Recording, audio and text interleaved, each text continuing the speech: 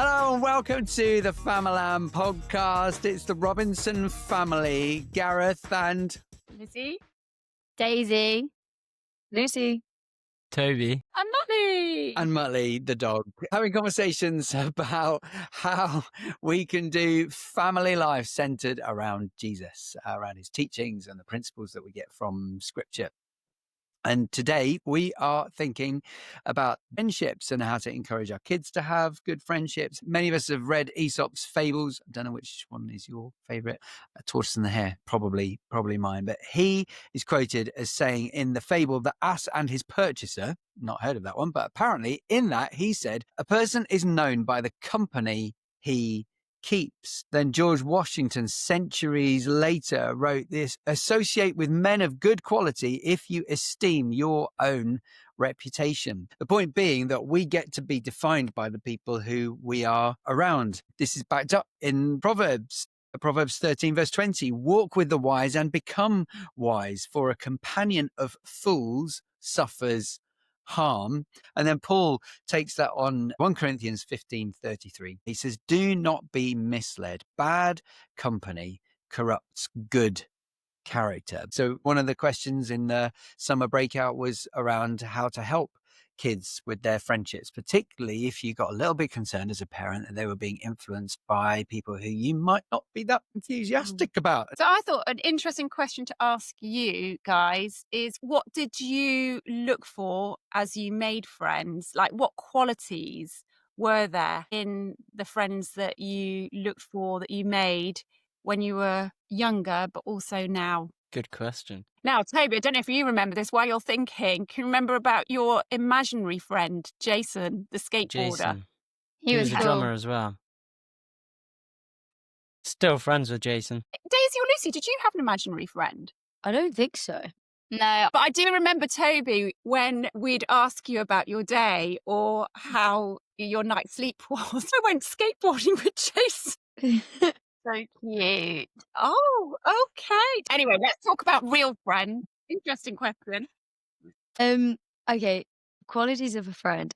I think it's very tempting when growing up to want to be a part of like the cool group, etc. But having founded a lot of like our morals and stuff on church, I like very much knew that just because like someone looks cool doesn't mean that they have these qualities that are amazing. And through experience as well, I started to realize that they're not always the kindest people, and you can always find so much more joy out of having friends that have those good qualities rather than being in like the cool group, because actually then it becomes quite isolating because none of these people are your real friends. They just are in this group because there's a persona that they're cool and they've got all the popularity. So actually taking time to figure out who do I actually want to spend my time with came naturally, I guess, as I spent time with people. But I think it definitely came from church, having friends at church and knowing who to look out for. But also in our siblings, I think we treat each other most of the time well. Don't cry. It's cute, I know. Having moved around, Daisy and Toby became my best friends. So if no one stands up, shut up, Toby. If no one lives up to the level they're at, they're the baseline I'm looking for. So it's better to have high expectations and work there. I've got a friend like me, it's quite hard to beat, so sorry for I that. was going to say, I'll pay you the tenner later, Lucy, yeah? Yeah, guys, slide it over. Oh, you guys. That's lovely, Lucy.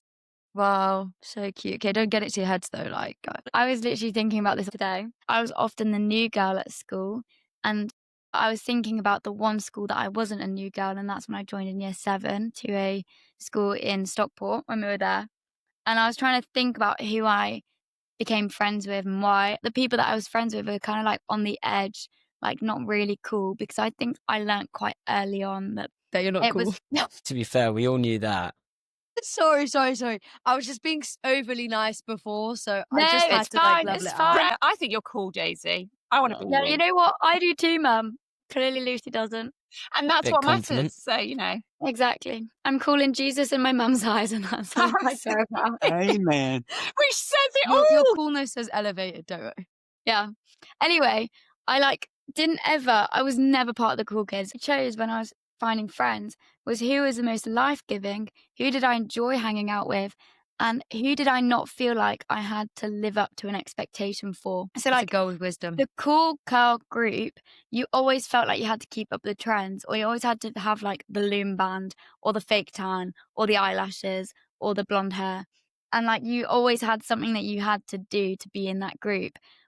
And I found myself in the group where it was kind of like, well, we love you for who you are, so you can come and join in. And I think I was naturally attracted to those sort of people. But I didn't really have Christian friends growing up. It was only when I went to uni and then I was overloaded with loads of Christian friends. And I was like, whoa, all of these people are life giving and they're really nice and they all accept me. And then I had to like hone into what I actually wanted through friends at uni because I had such a wide range of people who fit my criteria. Does that make sense? Mm. How did you, Daisy, out of interest, how did you get that criteria? How did you get to that point where you wanted to choose those friends by that way? Well, I think at uni, I like tried to be friends with everyone and their mum. I tried to go to every society, all the house parties. Everyone always thought I was like off my head drunk, but I genuinely wasn't. I'd like to put it out there. I was just really excited about having people around me. And then I like went for coffee with everyone, like bankrupted myself. I just like loved people. And then I realized in my second year when I thought, gosh, I actually want to get a degree, I'm going to have to start working and I can't see all these people. And that's when I had to be like, who do I actually want to hang out with? It was just like, who do I enjoy hanging out with? Who puts in as much as I put in? Like, I don't want to be That's always the thing. giving people my attention and my love.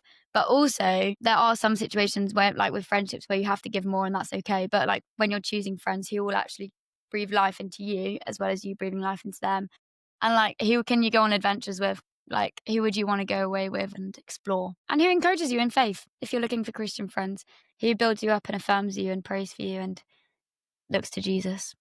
I also think it's important not to bubble yourself though, because like as amazing it is to have loads of Christian friends, but Jesus calls us to spread the gospel and that kind of thing. Who are you going to do that to if you're just constantly surrounded by Christian friends?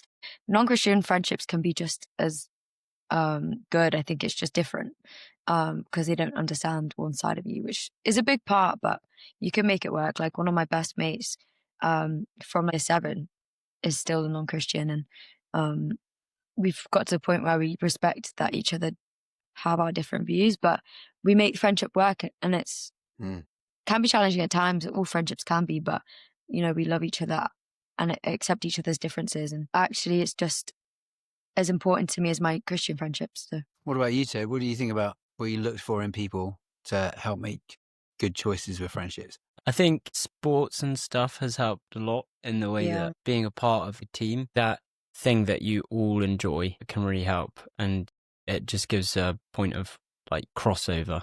Shared interest. Is that what you mean? Yeah, that's what I mean. Please. With like Christian mates, I've just always found myself enjoying my time more with them. I've been blessed with some really good Christian mates around me. And I think that's one of the most like important things in my faith as well, is having Christian mates around me who are actually living out for Jesus, but also are just vulnerable with like how they've struggled in their faith as well. But it's tricky to say how to help someone who's finding friendships difficult, and if they are surrounded by people who are not encouraging them in their faith or not encouraging them in a good way. I guess it comes down to like the root of why they want to be with those people, and maybe as a parent trying to work out what that is. Yeah. So when you're talking about people who maybe are not a great influence, how did you navigate that when you were in those contexts at school? Well, I think there was the extremes of some very nice people and some not very nice people. And also getting bullied. You don't want to be friends with someone you're going to get bullied by. So, and being in a small primary school, I guess we were talking about like younger Toby. It was so small. I mean, I had to invest in some friendships that just weren't it. But I think it's also about like confidence in yourself. Is if those people that you hang around with that aren't great, are they going to like change your character or not? So talk a bit about how that worked, because I think that's quite interesting. you moved schools, you left some friends, joined a school where people were quite different to you. Some of them were trying to have a negative impact on you, and obviously bullying was part of that. What did we do well as parents, and what could we have done better to help you manage some of those friendships that you were experiencing at school and then also beyond school, maybe? It's a good question. I think you helped in the fact that, well, when we moved, you tried to get me into a running club because you found that was something that I enjoyed. Finding sort of an interest of mine and then thinking where some people might be good influences. And in sports, a lot of the time, there are quite good influences. Sometimes there's very negative ones as well. And there can be quite toxic environments as well, which can be even more destructive in a way. Another question would be, where did you find those Christian friends? Were they at school or were they elsewhere? Were they at the running club? Where were they? Yeah, well, they were mostly from church, and like I think what I'd say is that if you're at a church where it's like just a lot of old people and your child is sort of struggling with friendships and they're struggling with their faith as well, and that's something that you really want for them, I think if you're wanting them to get into good relationships from a young age, is maybe sacrificing that church and finding a place where there's a youth group or something, like a really strong youth group. I was really lucky. I had really good influences and just some classmates. Not all of them are all like Christian now, but they're still really, really positive influences on me because they've grown up in similar households with similar beliefs and stuff. And I mean, friendship's not always easy, but I think when you've got Christianity as something that you both... Like common values or something? Yeah, common values. I think it's just, for me, as I've grown up, it's just so much easier because you can call each other out when you see stuff and they can call you out, and it's super helpful. Going back when you were talking about moving, Daisy, I think you've lived in more than 11 houses without counting university and the houses that you're living in London. So there's a few more added on to that. But you all have moved around quite a bit. And Toby, you had a harder experience when we moved to Manchester, but you did have a really good experience. You really loved your school in Marple, had some really good friends, and then moved, and you've all moved from America to England. And how's that affected your friendships? And if a parent was asking, well, I don't know if, excuse the dog. Are you okay? Look at him. He's just like laid out. It's like pushing me out of the sofa. So with regards to parents being nervous about moving schools, or, they feel that the Lord's calling them somewhere else, but they're like, gosh, I'm not sure if I can do that, or job is changing, that's going to really affect the children. What would you say the positives and the negatives are from that? I think for me, you guys really invested in my acting, and that was something that I felt really safe in, something that I really enjoyed. And honestly, parents, if you're listening to this and you want somewhere for your kids to thrive, send them to a drama club, because everyone is kind and it's a very accepting place. No one questioned that I was new. They just took me under their wing. And I think I learned acting when I came back from the States. It was like the first thing that I did. And I just did it because mum and dad said, oh, you might make some friends there, you should go for it. And then I loved it, and it got me through 3 moves. And it was a really good thing for me. So it's like Toby said, like shared common ground is really helpful. I also think it refined my friendships quite helpfully. Okay. Why? In the sense that if you're moving around so much, you cannot hold on to friends. Social media is helpful, but you can't have deep friendships with someone on social media. Just for me, moving around helped me reassess who I was friends with in my last place, and also helped me to become who I actually was as I was growing up. I remember moving to our school in year 10, and I walked in really confidently, and some people loved me for it, some people hated me for it, but I managed to be fully myself, and I actually met some really lovely people there. And I left the friends at my old school, but I met some amazing people there. So I don't think it affected me that much moving. I don't know about Toby, and Toby looks like he's laughing loads. It's the dog. I do apologise, the dog. He can't stop laughing because the dog, Daisy, he's really trying hard to listen to you. I do apologise, I wasn't laughing at you being confident walking into the classroom, I swear. No, we're not. I actually had a really cool handbag, and I remember it gave me like 10% more confidence. It was awesome. So what about you, Lucy and Toby? What was positive? What was negative? I think, sorry, Toby. No, yeah, it's fine. I think for me personally, as a very, very shy child, growing up, I used to be so nervous, even at restaurants, and I'd be asking Daisy and Toby to go ask the waiter for things because I was so nervous about having to talk to someone I don't know. But as I started to get older, that fear kind of just stopped, and being forced into environments where I had to make friends actually really allowed me to get rid of all of those feelings.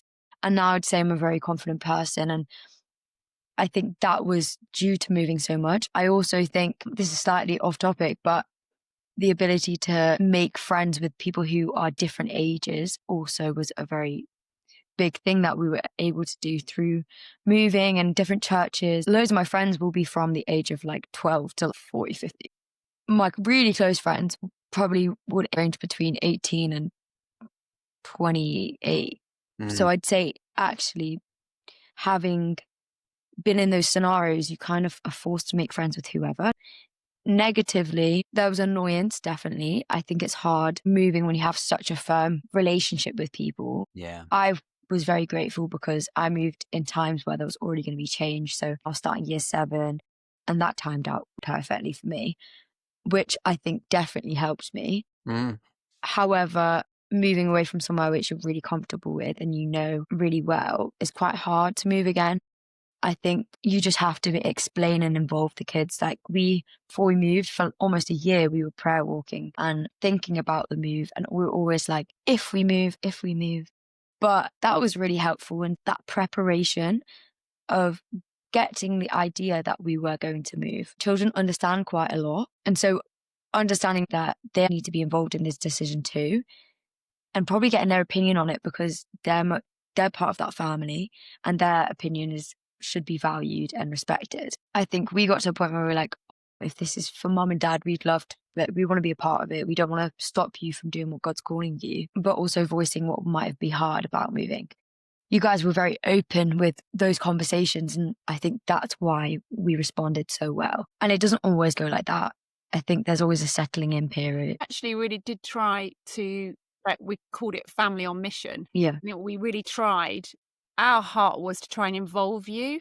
And I don't know if you felt that, but we didn't want to do it just Lizzy and Gareth. We wanted to do it together. And I think that's how we approached everything. Even when you were tiny, we'd take you, we flew over to America, and I remember Daisy being really tiny, but we were like, this, how do you feel? And we'd be asking questions, and we'd also involve you in praying. We'd pray together, ask you to have pictures and words from a really young age about what you felt God was saying about moving. What do you think, Tobe? Because you didn't move at sort of a convenient time for you. When we moved into Manchester, we moved at the start of year 4, didn't we? So you had 2 more years of primary school to go before you got to high school. What was the positives and negatives of moving for you in terms of making friends? And if we're talking like friendships, obviously it wasn't easy. I left a pretty good school where I liked my mates and we got on and stuff. Was playing sport with them, had fun, whatnot. But I think you guys made it quite clear that it was like God's plan in a way, and there was a lot of trust in him rather than putting our trust in you, I guess.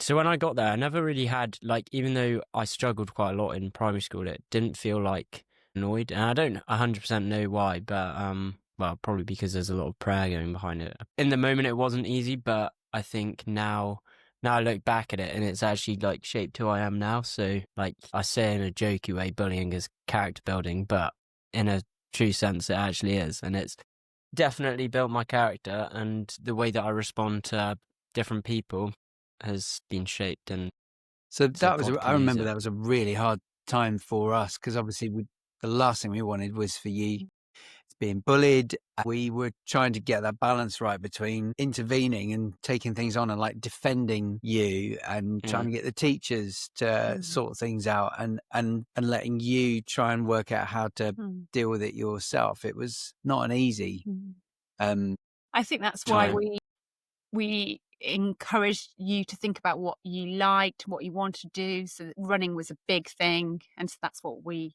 kind of invested in. And then the church kids and youth group and football. You were playing football you were at the time playing as well, weren't you? football, and then taking you to see other friends and develop those outside friendships. Yeah. So we really tried to navigate that. But I do remember feeling guilty when I'd meet up with friends and their kids had, met at nursery and then grew up and had this, wonderful kind of dreamy suburbia kind of life. Do you feel like you missed out there?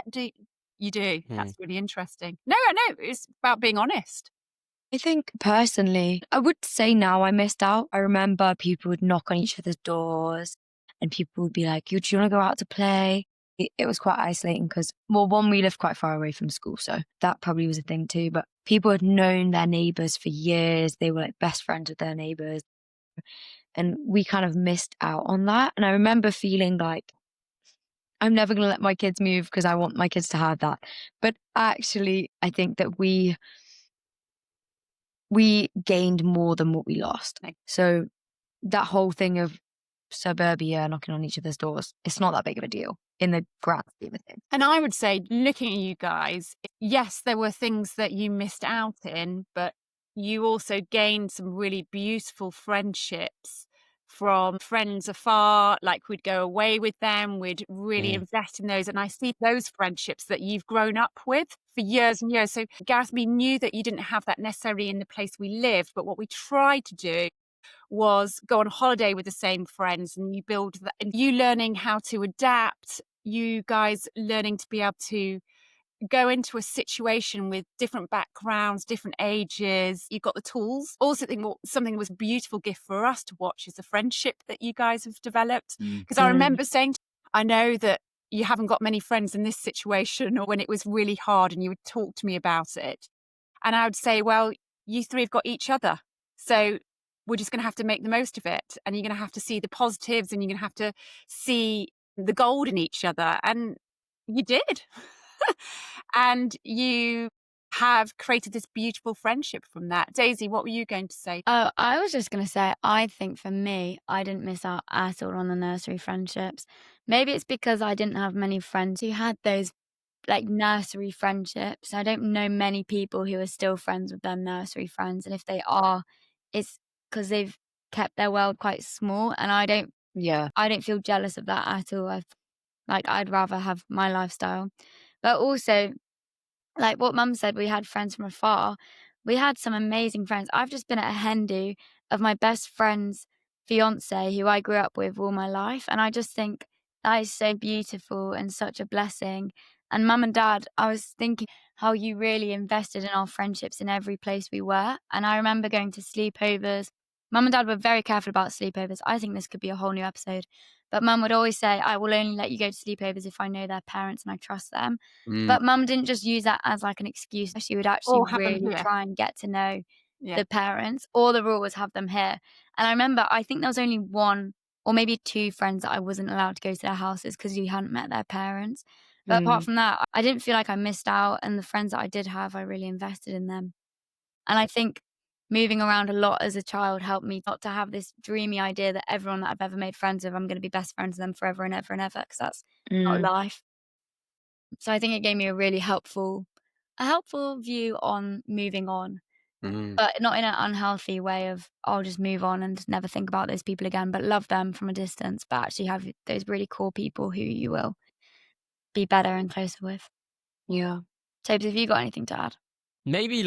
Maybe one of the reasons why I've found that my Christian mates are who I lean towards and who I actually find that I spend the most time with and enjoy the most is that sort of New Wine and the Christian camps that I'd go to are the places that sort of stayed the same, I guess, in some of those times. So we think about cousins and stuff, going on holiday with them, that stayed the same. Going on holiday with friends, that stayed the same. But then just in this moment, I'm thinking we've always been to New Wine, and I've had mates at New Wine since a really young age. Yeah. And most of them I'd call my best mates still now. and we only get closer, and I've got other mates from other Christian camps. So Mum's saying before about where have I found friendships, I think a really important thing for me is like Christian camps, because I love that kind of thing. But yeah, that's really helped me, I think, in moving as well. I want to go back before we lose time, in the sense, speak about those negative friendships again, go back to that, because I think there's two ways that I personally have responded to them. I think in high school and college, I very much was trying to live my best life, which is questionable. I love those guys. If you're listening, I love you, man. But they weren't up to the greatest stuff. And I was never influenced by it by like a really bad amount. I was influenced by it. They definitely had an impact on the amount I was drinking. They had an impact on a few things, house parties, that kind of thing, clubbing, which were all great, but there's a limit, and I definitely stepped over the limit a few times, I would admit to that. And as I grew up, I kind of realigned my thinking of what do I actually want and what's important, and realized I know myself well enough that I don't actually enjoy getting drunk every weekend. Now I'm in a very good place of being able to accept what my limits are, basically, and know myself well enough. Right. So I can still be friends with those people. However, I'm not tempted by it, if that makes sense. And I guess when it becomes too much, there's a limit where you remove yourself. I remember I had a best friend, first year uni, and some other stuff happened. It just went very, very downhill. And I remember for ages being very upset on the fact that I felt like I had to cut it off. And I was talking to different people about it, speaking with mum and dad, people I really trusted, of being asking, am I a good Christian if I cut someone off? I just had so much hope that I could save this person. And so much of my prayers went into that, and so much time, and so much love as well. However, I started to realize it was affecting me, and that relationship had to be cut off for me to be happy. And it comes to a point where you have to prioritize yourself. I don't know where it is in the Bible, but when there's like bad fruit, you have to cut it off, because otherwise it's just going to affect the whole plan. And I think there's wisdom in that, and you have to weigh it. I don't think you should be like, oh, they did that one bad thing, so they're not going to be my friend, I'm cutting them off. However, if it's a consistent thing and there's an imbalance in the friendship, in the relationship, of how much it's giving, how much you are receiving, and I guess how much bad stuff is happening and how it's affecting you, there is a point where you have to step away. I think sometimes you can just step back and say, like, we don't hang out as much, but there's also instances when there needs to be a full removal. And unfortunately, it's what I had to do with that individual. Yeah.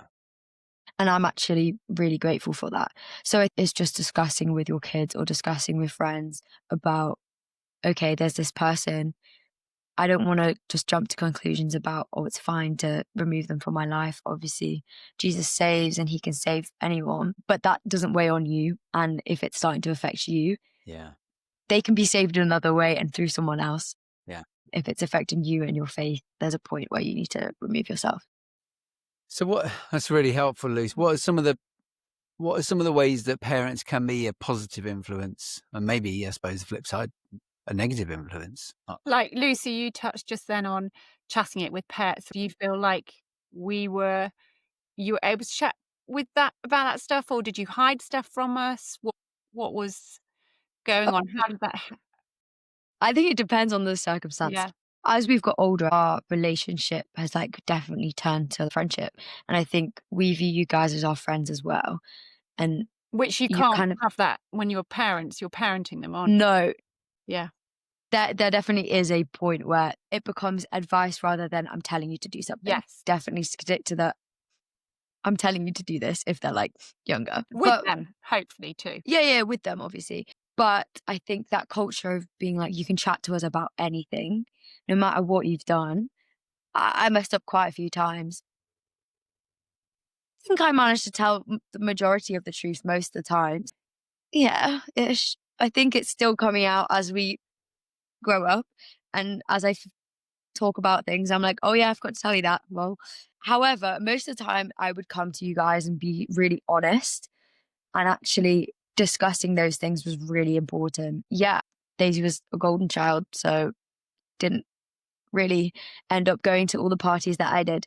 But Did you ever sneak out, Liz? I actually didn't. I remember considering it a few times, especially. So this is a story for another time, but I ended up getting spiked at a party, and mum and dad, quite rightly, basically were like, "You're not going to any of the parties that are with those people." Very valid. Very, very valid. But I remember being so mad because at that point was when everyone had turned 18. It was like year 12. You were 17. Yeah, you weren't 18. You weren't 17. 18. I wasn't 18. Anyway, everyone had started to have like basically house parties a bit more. It was getting exciting. It was fun. And I didn't want to feel isolated. And obviously they were like, "You're not going to any of the parties anymore after that." Rightly so. And I remember just sitting in my bed like, "Oh, there's a party going on tonight. I could really sneak out. Everyone's telling me to come." But my room is on the 3rd floor. So climbing out the window is not really an option. That's the parenting advice. Jamie, yeah, put your children on the 3rd I'll floor. Put them tell on you the what, top floor and parent- they can't. Maybe that's why they gave me the fire ladder and not you. They trusted me You know more. what? I commend them for that. That's probably fair.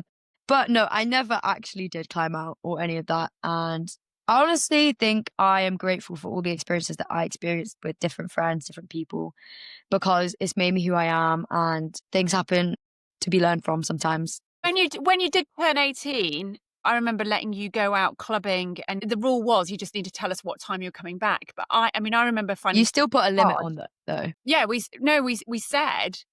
Don't know. Oh, this is a fun said. story. I Ooh, thought, well, with Toby, it got to the point when you're thank 18. you. I was waiting for you to bring that up. Okay. The But I rules remember Toby changed. coming in at 4 a.m, and he was 18. But the learning That would there have was never you been didn't allowed at tell my. us. Mum didn't was tell us calling me up. G-Rob where never he told me a was time. or what time he was coming home. And the rule Never was, got if you're going time. to live in the house and you're 18, And I didn't go clubbing. you need to tell us where you are and what time you're coming home. Because actually, hopefully, you'll do that with your flatmates, because that's just a Yeah. safety thing. Daisy and Toby, how else can parents influence friendships with their kids? Yeah, I think having your friends with kids your kids' age, I don't know if I said that right, but lots of your friends who are Christian, so they have also similar methods of parenting. A lot of them are our age, so we got to grow up with them and journey through faith with them and stuff, I guess. And that was big for me. Lots of my best mates are kids of your guys' best mates. It's hard for me to say for the people who are struggling with like their kids not being in faith and or them not having Christian friendships because they don't want to engage in that. Because for me, Lucy, I'm not saying I'm better than you by the way, but I don't know. Go ahead. Being around people that aren't Christian, sometimes I'm just like, when I'm around them, and if it's at a party or something, I'm sort of like actually thinking I'd prefer to be elsewhere with my Christian mates because they're so much more like me. And I guess I find joy in the fact that they find joy in the Lord as well. And I saw something about that the other day, and the fact that if you are finding yourself in situations when I'm not saying in any way that having Christian friendships is bad, because I've got so many non-Christian mates that are like absolute legends and that I really get on with. But if you're finding yourself like literally just being surrounded by non-Christian people, first of all, that's going to be really quite difficult if you're trying to live out of faith. And then also, what's the root of that? Is there a reason why? Because you're being surrounded by people who are not seeking out the Lord in a way. That's good. What about you, Daisy? I think you actually you were able to influence some of my friendships in a positive way. You didn't have any access to my school friends at school. The 5 hours, 6 hours, 7 hours of the day that I was at school, you didn't have any say over who I was hanging out with. But outside of school, that's where where parents' influence comes in. For example, the sleepover thing, that's where you influenced my friendships, because you had the ultimate say, will I get driven to a sleepover, is whether mum or dad say I can go to the sleepover. But I remember I didn't have many Christian friends growing up, because when we moved to Manchester, there was no youth group in the church. And I remember mum saying to me, well, if you want Christian friends, you got to start inviting some of your friends to church. And I was like, oh, okay. But it was a really good challenge. And I actually managed to find some brilliant people at my school who wanted to come along. And the way that mum and dad got people in was that they offered them free food. Huge tip. If you want people to come, give them food. Absolutely. And it was amazing. And those friends, some of them were Christians full on, some of them weren't Christians, became Christians. But they were the people I saw most outside of school. And in sixth form, when my school changed, I stayed in the same sixth form, but slightly different people were there. The people that I hung out most with were the people that went to that youth group. And it was kind of this renowned thing that everyone would walk back to my house, we'd get dinner, we'd go to youth every single week. And it was amazing. And those were the people who I really invested in at school and outside of school. But I also had my non-Christian mates who I still see today, who I love. So it's interesting, isn't it, the way that I had my friends at school who I had control over, but also mum and dad saw there was a need for Christian friends. They encouraged me. They allowed me to take ownership of it, Absolutely. but they did exactly what they could to allow me to really invest in those friends. And that was it. It was, okay, you invite your friends for tea and then we'll build the youth group by that. And you did, and people became Christians. But I think that whole thing of having your fridge full, making your home safe, and an environment where your kids want to bring their friends back. And so me and Dad really, really tried to think of that when you were little till, you were teenagers. My parents were brilliant at that too. Sort of back in the day, I remember my back garden was full of all the people who lived on my street, because our garden had the swing frame and my mum was, anyone and everyone could come in.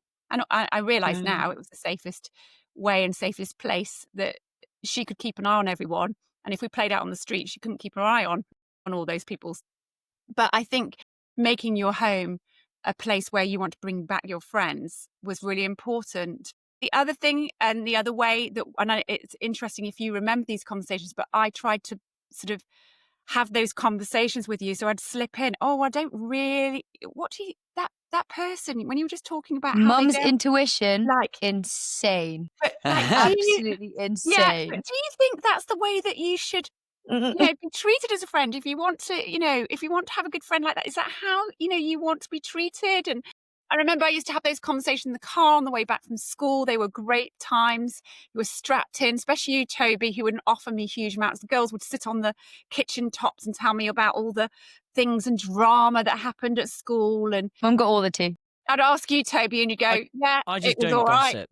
It was fine. But when I had you in the car and you were strapped, going to running or going back, that's when I would have those conversations. And also when we watched TV, when we watched reality programs, I would kind of subtly say, do you think that's the way that you should, Made in Chelsea, is that the way that you should treat a friend? And Selling we'd have this Sunset. conversation and kind of Below deck. using Below Deck and using those things as an example and having fun with it. But I think the other thing, I don't know sometimes you chose the most inappropriate times to talk to us, but as parents you just have to learn to drop everything. So you'd come into our room at like 11:30 at night and have this really deep conversation about some friend or this drama that was happening. And as parents, you sort of have to learn to just drop everything and put your listening ears on and work through that issue or that drama that happened. So it sounds like a lot of what we've said is relevant in a couple of the articles that we found looking for advice for parents about how to help kids with friendships. And we'll put these links in the episode description there. The Harvard Health blog saying helping children make friends, what parents can do. Start at home, building relationship skills, being a role model in social settings, facilitating social opportunities and observing without hovering. I think we've covered quite a lot of those things. And then from the Scholastic website, it says 5 tips to help your child make new friends.